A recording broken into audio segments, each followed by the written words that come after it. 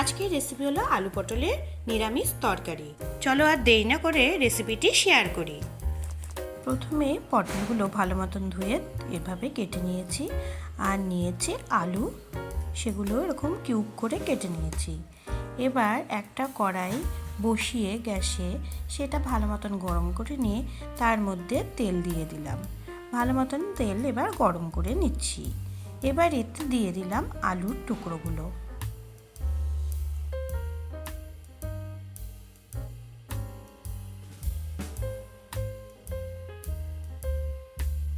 নুন দিয়ে দিলাম 1 চামচ পরিমাণ, আর দিয়ে দিলাম হলুদ গুঁড়ো 1 চামচ পরিমাণ।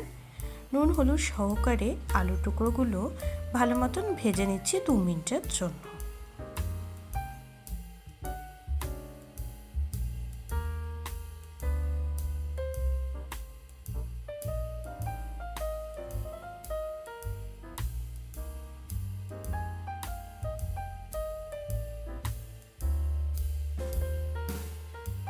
দু মিনিট পর এতে দিয়ে দিলাম পটলের টুকরোগুলো।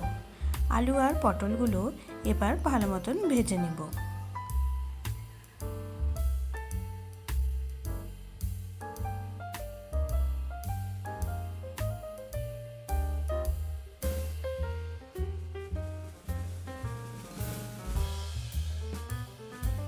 পটল আলুগুলো ভাজা হয়ে এসেছে, এবার এগুলোকে কড়াই থেকে উঠিয়ে নিচ্ছি।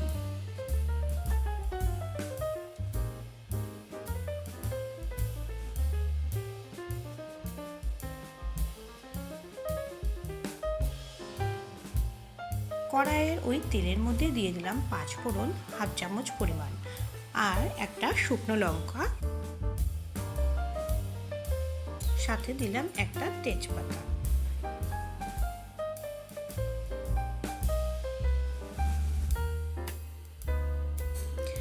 এক মিনিটের জন্য একদম কম তাপে ভালো মতন ভেজে নিলাম। এবার ওর মধ্যে দিয়ে দিলাম আদা আর কাঁচা লঙ্কা পেস্ট 2 চামচ পরিমাণ।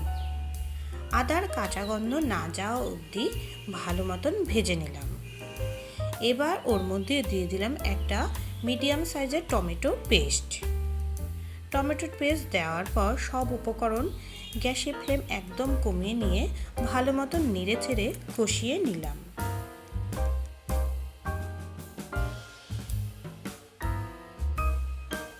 এবার এর মধ্যে কিছু গুঁড়ো মশলা অ্যাড করে দিলাম। জিরে গুঁড়ো 1 চামচ পরিমাণ, লাল লঙ্কার গুঁড়ো 1/2 চামচ পরিমাণ, আর দিলাম নুন স্বাদ অনুযায়ী। সব কিছু উপকরণ একসাথে মিশিয়ে নেড়ে চেড়ে নিলাম। মশলা থেকে যখন তেল বেরোতে শুরু করছে, ওর মধ্যে এলাচ আর দারচিনি পেস্ট অ্যাড করে দিলাম 1 চামচ পরিমাণ। লো ফ্লেমে সব উপকরণ ভালো মতন মিশিয়ে নিচ্ছি। দেখুন কি সুন্দর মশলা থেকে তেল বেরোতে শুরু করেছে। এবার এর মধ্যে ভেজে রাখা আলু পটলের টুকরোগুলো দিয়ে দিলাম। মশলার সাথে আলু পটলের টুকরোগুলো ভালো মতন নেড়ে চেড়ে নিচ্ছি।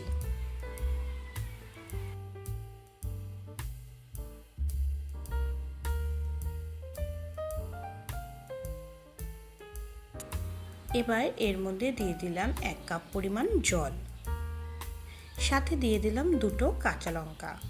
বন্ধুরা, তোমরা এখানে তোমাদের স্বাদ অনুযায়ী ঝাল দেবে। আগে কিন্তু আদার সাথে আমি কাঁচা লঙ্কার পেস্টও এর মধ্যে দিয়েছিলাম। সব উপকরণ 1 মিনিট এভাবে হালকা নেড়ে চেড়ে নিলাম। ঝোল যখন ফুটতে শুরু করবে তখন এটা একদম হিট কমিয়ে 5 থেকে 6 মিনিটের জন্য ঢেকে রাখলাম। 5-6 মিনিট পর আমি কভার সরিয়ে নিলাম। এবার চেক করে নিলাম আলু পটলগুলো সেদ্ধ হয়েছে কিনা। আলু পটলগুলো ভালো মতোই দেখছি সেদ্ধ এসেছে। এবার এতে দিয়ে দিলাম 1/2 চামচ পরিমাণে চিনি। বন্ধুরা, তোমরা চাইলে এই স্টেপটি স্কিপ করতে পারো।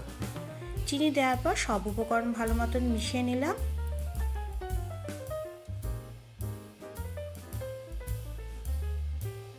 এবার এতে দিয়ে দিলাম 1 চামচ পরিমাণে ঘি।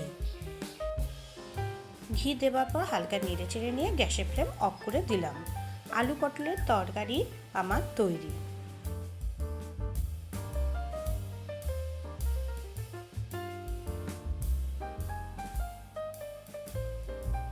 ভাত, রুটি, লুচি অথবা পরোটার সাথে আলু পটলের এই রেসিপিটি খেতে কিন্তু লাগে দারুণ।